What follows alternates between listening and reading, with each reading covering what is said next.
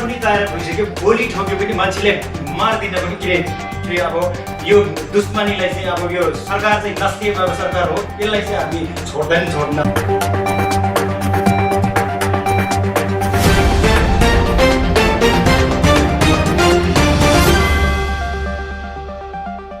नमस्कार, म रहर तामाङ, सामाजिक अभियन्त्रक एवं अब युवा प्रतिनिधि पनि भनौँ।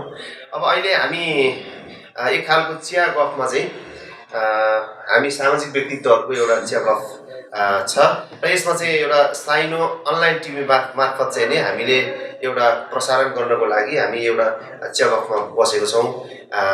अब यसको उसमा चाहिँ नि हामी 3 जना यहाँ चाहिँ व्यक्तित्वहरू हुनुहुन्छ। परिचय एक्चुअली सर आफैले गरिदिनु होला। मेरो नाम बागदन राई। नमस्कार, म सञ्चबीर तामाङ, घर सिन्धुपाल्चोक जिल्ला, पहिरो गएको ठाउँ जुगलबारीका लिडी गाउँमा पर्छ। ल ठिक छ, तपाईँले लिडीको कुरा निकाल्नुभयो सिन्धुपाल्चोकको, होइन? हजुर। अब भर्खरै मात्रै तातो चाहिँ लिडीमा 2टा घटना घट्यो। पहिलो घटना तपाईँको गाउँको थियो, लिडी होइन? यो चाहिँ जुगल गाउँपालिका होइन? त्यहाँ चाहिँ घटनाको परिवेश छोड्नुमा र तपाईँको अहिले के कस्तो भइरहेछ तपाईँले त्यसको बारेमा चाहिँ एकचोटि अवगत गराइदिनुहोस् न। त्यो त्यहाँको लागि त हामी त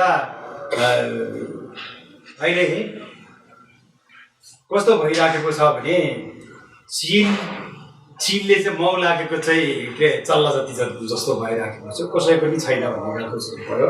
तैपनि इष्टमित्रहरू के अरे सिन्धुलीदेखि तराई हिमाल पहाडदेखि हाम्रो भावनात्मक भएको इष्टमित्रहरू धेरै सहयोग गर्यो। मूल कुरा चाहिँ सरकारले चाहिँ हामीले केही पनि हेरेन। नहेरिसकेपछि सरकारलाई चाहिँ हामी हामी नेपाली दाजुभाइले नै भोट दिएर चाहिँ 2 बहुमतको सरकार बनेको भनेर चाहिँ खुसी लाग्थ्यो।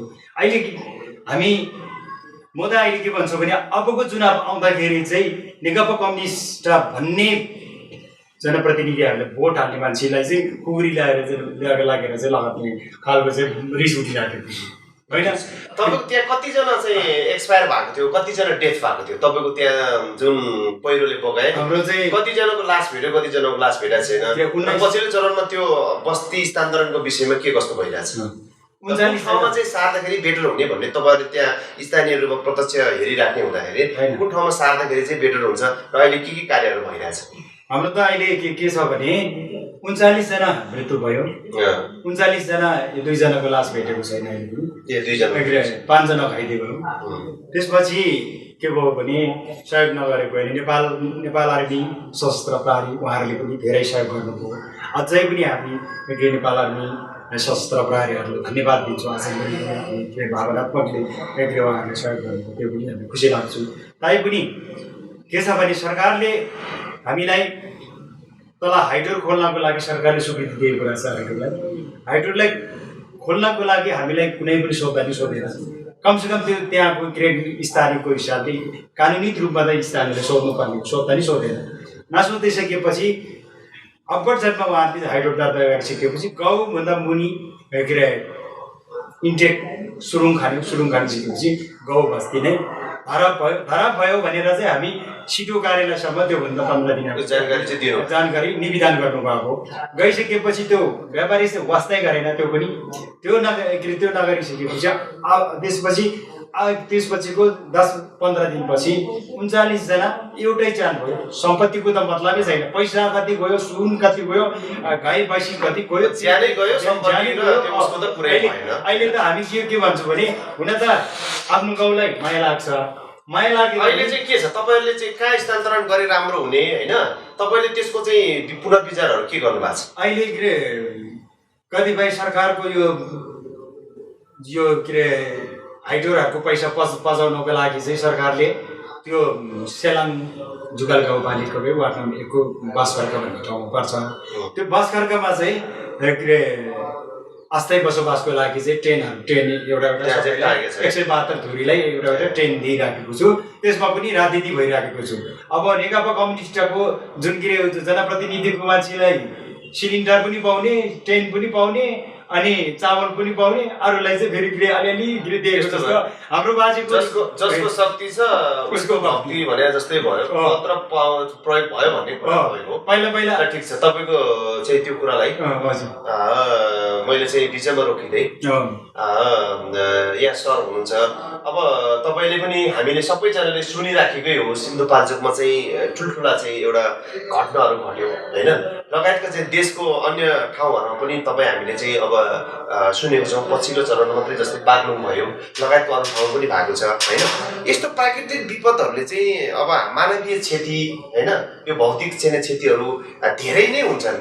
यसमा चाहिँ राज्यबाट कतिको ध्यान पुगेको हो या नपुगेको हो, या पछिल्लो चरणमा जुन घटना घट्यो सिन्धुपाल्चोकमा यसको चाहिँ मानेमा चाहिँ तपाईँ के भन्नुहुन्छ, या सरकारले चाहिँ जुन एउटा उहाँले भन्नुभयो जस्तै तपाईँको सरकारप्रति चाहिँ हामीप्रति त्यति सहयोगको चाहिँ त्यति आएको छैन भन्ने कुरा भन्नुभयो, तपाईँको यसमा के धारणा छ? यो सिन्धुपाल्चोकमा भएको बाढी पहिरोको विपद त हामीले अहिले त विभिन्न च्यानलबाट लाइनबाट हेरिराखेका छौँ र त्यहाँ बस्ती लगेकै हो र उहाँले जति बोल्नुभयो उहाँहरूको धनजनको क्षति भएकै हो।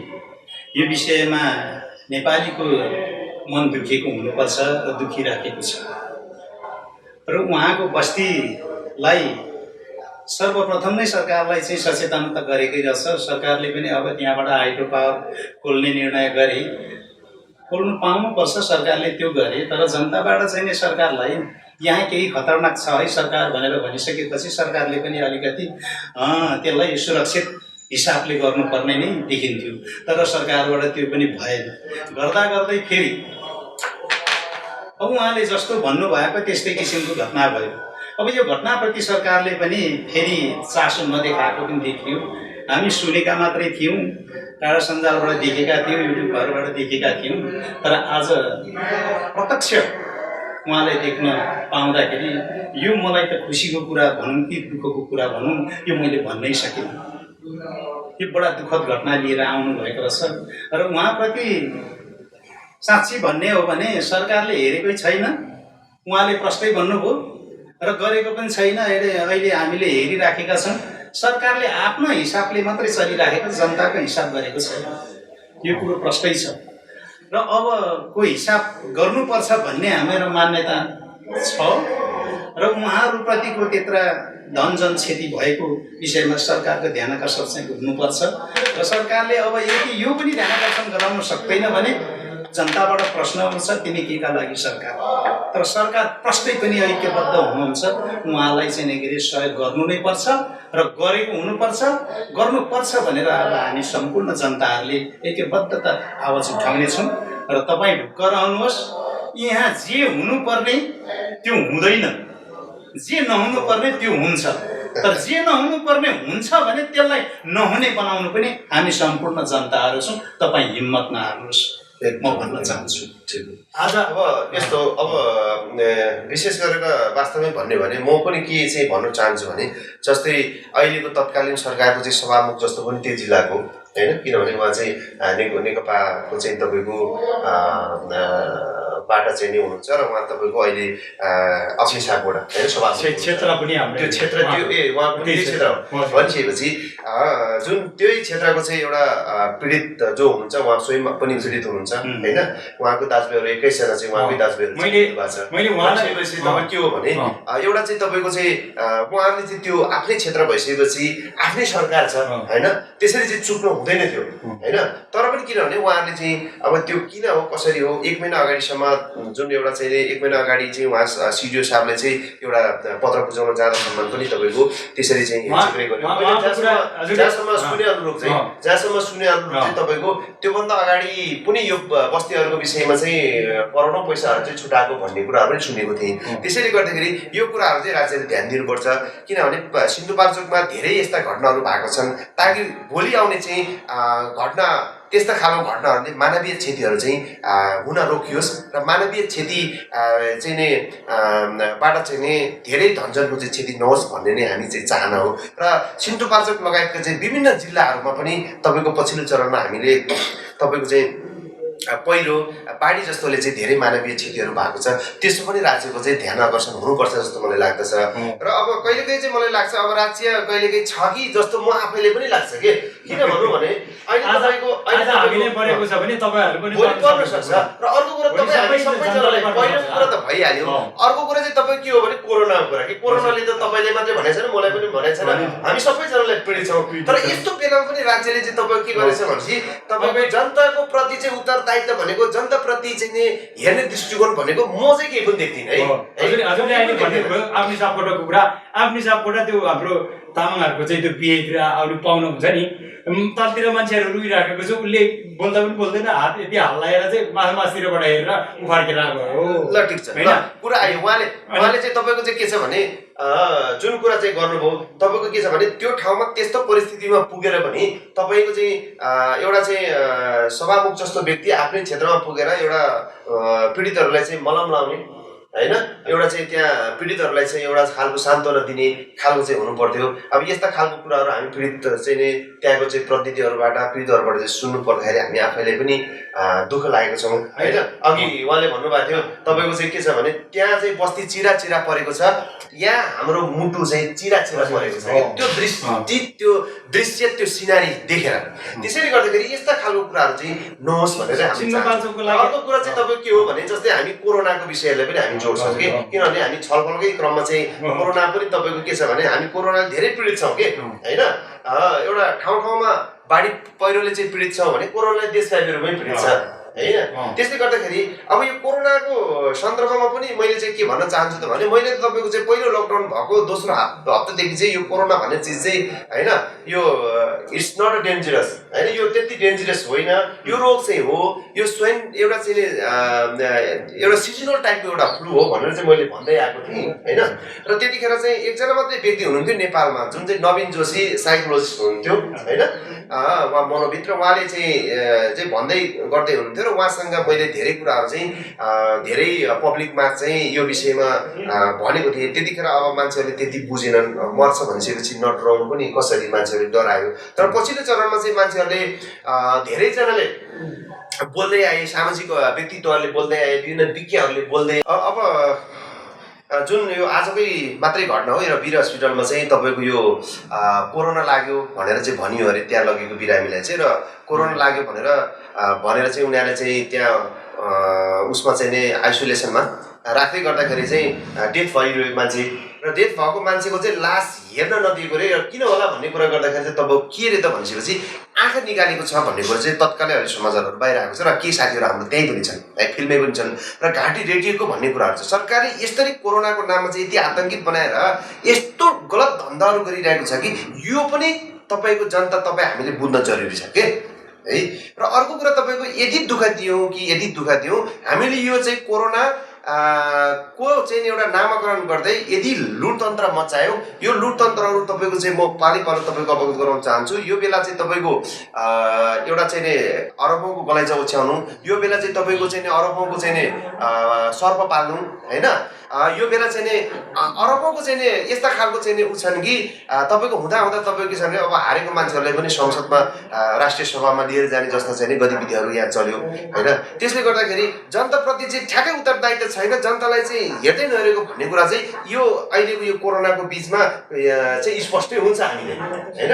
त्यसले गर्दाखेरि चाहिँ तपाईँको यो कुरा अब चाहिँ तपाईँको कम्युनिस्टले चाहिँ तपाईँको म पटक भन्ने गर्छु कि कम्युनिस्ट सरकार आयो भने त तपाईँको पहिलाको चाहिँ मान्छेले काङ्ग्रेस लागोस् भन्थे, अहिले त के भन्नु थाल्यो भने सराप्नु पऱ्यो भने कम्युनिस्ट लागोस् भन्नुपर्ने र अहिले प्रचलित चाहिँ कोरोना लागोस् भन्नुपर्ने चाहिँ स्थिति आयो। तर हुन त यो कोरोना त होइन, अब यो सिजनल टाइपको फ्लू हो, तर यो प्रचार प्रसारले त्यस्तो खालको पुऱ्याइदियो। त्यसले गर्दाखेरि चाहिँ अब तपाईँले चाहिँ कस्तो लाग्छ, कोरोना चाहिँ कस्तो लाग्छ कि?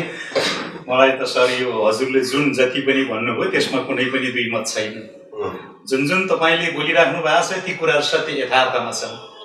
कोरोनाको नाम गर्ने, आफ्नो गल्ती गर्ने, विभिन्न कम्पनीहरूसँग मिलाप गर्ने होइन, यो एमसिसीको कुरा गरे, एमसिसी पनि नेपालको विरुद्धमा होइन, नेपालको चाहिँ के अरे जायज आफ्नो ठाउँमा छ भने त्यो सहमति गरेर ल्याउन एमसिसी। हामी मुला अर्का देशकै गएर गुलामी गरेर खाने मान्छे न हो, आखिरी गर्छौ भने सरकार एमसिसी पनि ल्याऊ, तर नेपालीको विरुद्धमा हुनु भएन, नेपालीको पक्षमा हुनु पर्यो। ल्याउनुहोस् त्यो डलर, पूर्व लमजुङ मोस्ताङ मनाङ सबैलाई चाहिँ विकास गर्नुहोस्, जनताले पनि सुरक्षा दिन्छन्, सुरक्षा दिलाउनुहोस्। र दोस्रो कुरा, अब यो कोरोनाको विषयमा हजुरले भनिहाल्नुभयो। अब यो वीर अस्पतालमा अहिलेको कुरा गर्नुभयो, यो सुन्दा नै बडा अचम्म लाग्दो होइन। 2/3 सरकारले जे गर्दा पनि हुन्छ र सरकारले पनि यो त हेरिराख्नु भएको छ, बुझ्नुहुन्छ। अझै यो साइन अनलाइनबाट तपाईँले पनि हेर्नु होला। सरकार, तपाईँहरू महामही देशका लागि मनी हुनुहुन्छ, हिरा हुनुहुन्छ, तपाईँहरूको हातमा छ। राइफल, बन्दुक, गोलीकट्टा सबै तपाईँहरूको हातमा छ। तर रोडमा आफ्नो न्यायको निम्ति उफ्रिने नेपाली जनताहरूलाई चाहिँ के अरे लात्तै बुटले नहिर्काउनु होला। हिजो चाहिँ के अरे पुण्य गौतमलाई चाहिँ हिर्काउनु भयो, तर पुण्य गौतम जस्तो अब 1500 जना उत्रिने छन्। हेमराज थापालाई चाहिँ तपाईँले गोद्नु भयो, त्यसको लागि 1000 जना उत्रिने छन्। अब सम्पूर्ण हेमराज र पुण्य गौतम जस्ता हुनेछौँ र तपाईँहरूको हालत होला। अलिक होस गर्नु खबरदार सरकार। यो कोरोना विषयमा तपाईँहरूले जे जति गर्नुभएको छ नौटङ्की, यी जनताले चाहिँ पाइ हिसाब लिनेछन्, हिसाब गरिराखेका छन्। यो कोरोना खासै भनौँ भने हाम्रो नेपालको लागि केही पनि होइन। मान्छे मर्यो भन्छन्। पहिला कोरोनाको विषयमा कोरोनाको चाहिँ महामारी आइसकेपछि ज्वरो आउनेलाई पनि चाहिँ कोरोनाको मेसिनले नापिसकेपछि कोरोनै देखाउँछ नि। त्यहाँ दुधमा एक लोटा पानी हाल्नुहोस् त त्यो दुधै हुन्छ। होइन भने सरकारसँग तपाईँसँग क्षमता छ, देशको चाहिँ के अरे माया छ, हाम्रो ढिकुटीको पैसा अलग्गै छ। ती कुराहरू तपाईँहरूले गोजीमा नराखिकन कोरोना जाँच्ने मेसिन अर्कै, ज्वरो जाँच्ने मेसिन अर्कै ल्याउनु र नेपाललाई तपाईँहरूले चाहिँ के अरे समृद्ध बनाउन चाहनुहुन्छ भने जनताहरूको समग्र आवाज सुन्नुहोस्, तपाईँहरूको नौटङ्गी बन्द गरिदिनुहोस् भन्न म चाहन्छु। तपाईँको उसमा चाहिँ म अलिकति के जोड्छु भने जस्तै यो पछिल्लो चरणमा कुलमानको विषयमा चाहिँ सामाजिक अभियन्ता र विभिन्न चाहिँ देशैभरि 3 करोड नेपालीहरू चाहिँ जसरी उठिरहेको छ, यसमा चाहिँ तपाईँले भनिहाल्नु यति क्रूरतापूर्वक चाहिँ यिनीहरूले दमन गर्न खोजेको छ होइन। र यिनीहरूको नीतिमै तपाईँको के देखाएको छ भनिसकेपछि हामीले दमन गरेर सत्ता कब्जा गर्छौँ भन्ने चाहिँ यिनीहरूको चाहिँ नियति हामी चाहिँ देख्दछौँ। खबरदार, यो सरकारले चाहिँ के भन्न चाहन्छु भने यदि दमन र चाहिँ उसबाट चाहिँ बन्दुकबाट चाहिँ यदि यो चाहिँ सत्ता चाहिँ कब्जै गरेर चाहिँ यदि चलाउँछौँ, हामीले चाहिँ भनेकै मान्नुपर्छ जनताले भन्ने अहिलेको चाहिँ 21औं शताब्दीका यदि नेपालीहरूले यदि त्यो ठान्छौँ भने भोलिको दिनमा केपी ओलीले आफ्नो आँगन अगाडि चाहिँ त्यहाँनिर चाहिँ भोलि चाहिँ आगो बल्छ र आँगन अगाडि चाहिँ जनताले चाहिँ त्यहाँनिर ठुल्ठुला चाहिँ एउटा तोपहरू पड्किन आउँछन् भन्ने कुरा चाहिँ हेक्का चाहिँ राख्नुहोस् र यो कुरालाई चाहिँ मनन गर्नुपर्छ भन्ने कुराले पनि म जोड्दै अब यसमा चाहिँ हाम्रो सञ्जयजी हुनुहुन्छ होइन, तपाईँले चाहिँ के लाग्छ कुलमानजीको लगायतका चाहिँ अहिलेको समसामयिक विषयवस्तु होइन। हामी के सोच्नु पर्यो भने नेपाली जनताले हामीले के सोच्नु पर्छ भने इमानदारी व्यक्तिको राज्य नै नभएन जबसम्म अहिले हामीले ऐतिहासिक अन्तर्राष्ट्रिय हिसाबमै पनि हेरौँ, लिबियाको गद्दाफी जसरी चाहिँ केपी ओलीलाई लिएर टुङ्डिकेटमा मार्नुपर्ने दिन आइसकेको छ। किनभने हामी पहिरो पीडित अथवा कोरोना लाग्ने बेला चाहिँ लकडाउन खोलिदिने, अनि कोरोना नभएको बेला चाहिँ राज्य बन्द गरिदिइसकेपछि अब रोगले होइन भोकले कति मान्छे झुन्डाएर मरिरहेको छ। कति चाहिँ अब कतिपय भोगले मरेको पनि यो के हो भने यो सरकारको नीति चाहिँ के हो भने WHले चाहिँ 2 लाख जना मान्छे मरेको देखायो भने 2 अरब पैसा चाहिँ अनुदान आउँदो रहेछ कि त्यो पैसा अब खानुको लागि चाहिँ 82 वर्षको मान्छेलाई पनि कोरोना लागेर मरेको हुन्छ, उमेर पुगेर मरेको हुन्छ नि हो होइन। त्यसलाई पनि कोरोना भनेछु, उसलाई पनि भनेछु। यो कोरोना लाग्यो भने होइन लास छुन नदिने भयो। अनि त्यसपछि अहिले भर्खरैको केस जस्तै योभन्दा अगाडि पनि डाक्टर सुभाष लिम्बूलाई चाहिँ समातेर थुनेकै उसले सत्य कुरा ल्याउँदाखेरि होइन उसको किडनी चाहिँ निकालिदिने, त्यसपछि आँखा निकालिदिने, चाहिने चिजहरू सबै निकालिदिने। कोरोना लाग्यो भने बाहिर हेर्न नदिने, आफन्तलाई हेर्न नदिने, लासभित्रै गायब गर्ने, चाहिने सामान सबै निकाल्ने, यो धन्दा पनि चलेको देख्यो होइन। यदि सत्य यो यदि हो रहेछ भने सरकार खबरदार होइन। यो कुरालाई चाहिँ तपाईँको के छ भने तत्काल चाहिँ तपाईँको चाहिँ यो कुरा बन्द गरेर जनतालाई न्याय दिने काम र जनतालाई राहत दिने काम गरेन भने र सरकारमा बसेर चाहिँ 72 करोड जस्तो चाहिँ सर्वपालनलाई लाने, उतापट्टि चाहिँ अरबौं अन्य ठाउँमा चाहिँ लगानी गर्ने, अरबौं चाहिँ भ्रष्टाचार गर्ने हो भने भोलि नै सरकार चाहिँ ढल्न सकिन्छ होइन। भोलि नै तपाईँको चाहिँ जनता चाहिँ जाग्न सकिन्छ। त्यसैले खबरदार भन्न चाहन्छु। तपाईँ हामीले के बुझ्नु पर्यो भने ज्ञानेन्द्र साई जस्तो के भन्छ हाम्रो पत्रकार कस्तो छ पनि होइन जस्तो सामाजिक अभियन्ता हो ज्ञानेन्द्र साई के अरे यस्तो खालको चाहिँ ज्ञानेन्द्र साई जस्तो बल निक्लेर चाहिँ युवाहरू निक्लिनको लागि आवश्यकता भइसक्यो देशलाई। हामीले गीत सुनिराखेको थियो कोही बेला देशले लगातार खोजिराखेको छु भनेर चाहिँ गीत सुनिराखेको छु बिहानतिर होइन कोही बेला मागे होइन तर कुनै बेला भगवान्ले पनि सुनको थाल मागेको थियो कि गुरुलाई। अब हामी के हुन्छ भने अब हामी आफ्नो स्वतन्त्रको लागि लड्नलाई चाहिँ के खोज्नुपर्ने दिन आइसकेपछि यो हामी के भन्छौँ भने हामी अहिले पहिरो सिन्धुपाल्चोकको पहिरोको विषयमा आखिर मसँग कुरा भयो नि त्यो कुरा पनि कस्तो छ भने योभन्दा दुई वर्ष अगाडि पनि जुरे पहिरो भनेर तपाईँहरूले सुन्नुभयो। त्यो जुरे पहिरोमा चाहिँ 255 जनाको मृत्यु भएको त्यति बेला। त्यो 255मा इन्डियाको एउटा हिरोले मात्रै 1 करोड रुपियाँ पैसा अनुदान दिएर पठाएको। त्यो पैसा पछि उनीहरूले खातामा चाहिँ 5 करोड देखायो। त्यो 5 करोड पैसा त्यहाँको पिटिटलाई लिऊ भन्न मानेन, हामीले त सिज गर्यो भनेर चाहिँ सिधै जिल्लाले जीविसले त्यसरी गरिदियो। अहिले पनि के छ भने उनीहरूको दुईटै पहिरोमा एक लास्टको पहिरोमा 31 जना मरेछु, हाम्रो लिदीमा चाहिँ 39 जना मरेछु। तिनीहरूको नामबाट आएको अनुदान अरूले दिएको इष्टमित्रले दिएको सङ्घ संस्थाले दिएको पैसा पनि उनीहरूको जनप्रतिनिधिको खातामा राखेको छ। ल ठिक छ, तपाईँले एउटा प्रसङ्ग जोड्नुभयो। तपाईँले के छ भने अब किनभने हिजोको जस्तो नहोस्, हिजोको जस्तो त्यो अरबौँ पैसा आउँदा पनि त्यो सिज भयो भनेर यिनीहरूले साँच्चीकै सिज भयो कि भित्र ल्याएर चाहिँ यिनीहरूले आफूले खाएर सिज गराइदियो होइन, त्यो कुरा त्यो हिजोको कुरा भयो। र अबको दिनमा पनि त्यस्तो घटनाहरू हुनसक्छ। त्यसमा चाहिँ तपाईँहरू सचेत हुनु पर्यो, त्यहीँको चाहिँ पीडितको नाताले होइन। यसमा चाहिँ हामी जस्तो बाहिरको चाहिँ बाहिर जिल्लाको साथीहरूले बाहिर जिल्लावासीहरूले एउटा मानवताको नाताले जति पनि गर्न चाहनुहुन्छ देशमा सहयोग गर्न चाहनुहुन्छ उहाँहरूले तपाईँहरूले सहयोग गर्नुहुनेछ। र तपाईँहरू चाहिँ त्यहाँको मेन खम्बा भएर तपाईँहरू उठ्नु पर्यो। प्रशासनिक हिसाबले राजनीतिक हिसाबले र स्थानीयलाई जिल्लालाई चाहिँ दबाब दिने कार्यक्रममा तपाईँले कन्टिन्यू राख्नु पर्यो। हामी चाहिँ हामीले त्यसमा चाहिँ हातमा हात काँधमा काँध सहयोग थप्न चाहिँ हामी तयार हुन्छौँ भन्दै तपाईँको चाहिँ अर्को कुरा के हो त भनिसकेपछि एकदमै अहिले चाहिँ हामीले चाहिँ अब पछिल्लो चरणमा जुन एउटा चाहिँ नि सरकारले चाहिँ एउटा अघि पनि भनिसके यो खालको चाहिँ नि दमनदेखि लिएर यो चाहिँ कोरोना आतङ्कदेखि लिएर यावत कुराहरू चाहिँ नि जुन खालको चाहिँ एउटा घटनाहरू भइरहेछ यसलाई चाहिँ राज्यले एकदमै नजिकबाट चाहिँ निहालेर जनतालाई एउटा जुन सहजीकरण बनाउने जनजीविका सहजीकरण बनाउने र जनजीविकालाई चाहिँ नि हिजोको जस्तै जीवन स्तरमा चाहिँ फर्काउनको लागि चाहिँ राज्यले चाहिँ त्यो ध्यानाकर्षण हुनुपर्छ। र कोरोनाको आतङ्कित बनाउँदै अहिले पनि PCR टेस्ट गर्दै लाखौँ लाख रुपियाँ चाहिँ अरबौँ अरब रुपियाँ खर्च हुने खालको राज्यको ढुकुरीबाट चाहिँ दिने खालको कामहरू राज्यबाट भइरहेछ होइन। र पटक पटक मान्छे एकचोटि मर्छ, तपाईँ हामी पटक पटक मर्नु परेको अवस्था छ कि किन भन्नु होला भने त्यो चाहिँ कोरोना छ भन्छ, कोरोना लाग्यो भन्छ, फल्ला ठाउँमा चाहिँ नि गाउँ ठाउँमा चाहिँ नि टोलमा यस्तो खालको चाहिँ मान्छे कोरोनाले भेट्यो भन्छ, त्यहाँ चाहिँ सिल गर्छ, त्यहाँ आतङ्कित बनाउँछ। मान्छेको हेर्ने दृष्टिकोण, समाजको हेर्ने दृष्टिकोण र यति मान्छेहरू त्रसित भएको छन् कि त्यो चाहिँ पटक पटक मर्नु परेको छ। अहिले भने जस्तो हो हामी त के छ भने हामी त मार्न पनि तयार भइसक्यो। गोली ठोक्यो पनि मान्छेले मार्दिन पनि के अब यो दुश्मनीलाई चाहिँ अब यो सरकार चाहिँ नस्लिए सरकार हो, यसलाई चाहिँ हामी नछोड्नेवाला भइसक्यो।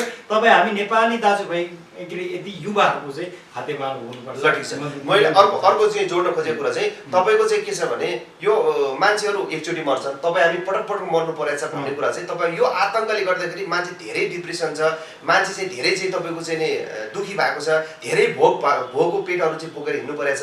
400 जना 300 जना चाहिँ कोरोनाले मरेको छ भने 4000 जना चाहिँ मान्छेहरू चाहिँ डिप्रेसन भएर मान्छेहरू भोगले मान्छेहरू चाहिँ एउटा चाहिँ नि सुसाइड गरेको छ कि हो। त्यसले गर्दाखेरि चाहिँ यस्तो सबै आतङ्कहरू चाहिँ बन्द गर्नुपर्छ र राज्यले चाहिँ फेरि सहज एउटा जनजीविकाको चाहिँ एउटा जीवनस्तरले चाहिँ ल्याउनुपर्छ भन्न चाहन्छु। र अर्को कुरा चाहिँ विदेशमा अलपत्र परेकोहरूलाई आफ्नो स्वदेश आउनलाई एउटा युद्ध जिते बराबरको चाहिँ एउटा परिस्थिति सिर्जना भएको छ कि त्यसले गर्दा यसलाई पनि ध्यान दिनुपर्छ। र जुन खालको एउटा चाहिँ अहिले चाहिँ अलिकति सहजीकरण हुँदाहुँदै पनि विभिन्न खालको काण्डहरू, विभिन्न खालको आँखा निकाल्यो भन्ने, विभिन्न खालको किडनी निकाल्यो भन्ने खालको कुराहरू आएको छ। यसलाई पनि राज्यले चाहिँ विशेष ध्यान दिनुपर्छ, नभए भोलि अर्को खालको एउटा लफडा अर्को जनताहरू उठिन सक्छ। र कुलमानलाई चाहिँ विशेष गरेर म के भन्न चाहन्छु भने कुलमान जस्तो देशको सपूत नागरिकलाई चाहिँ यो देशमा प्रधानमन्त्री 2 चोटि हुनु पाउँछ भने राष्ट्रपति दुईचोटि हुनु पाउँछ भने र आफ्नो मान्छेहरू चाहिँ त्यहाँ पटक पटक जुनसुकै राज्यको निकायमा हुनु पाउँछ भने कुलमान पनि त्यो ठाउँमा फेरि दोहोऱ्याएर चाहिँ हुनु पाउनुपर्छ।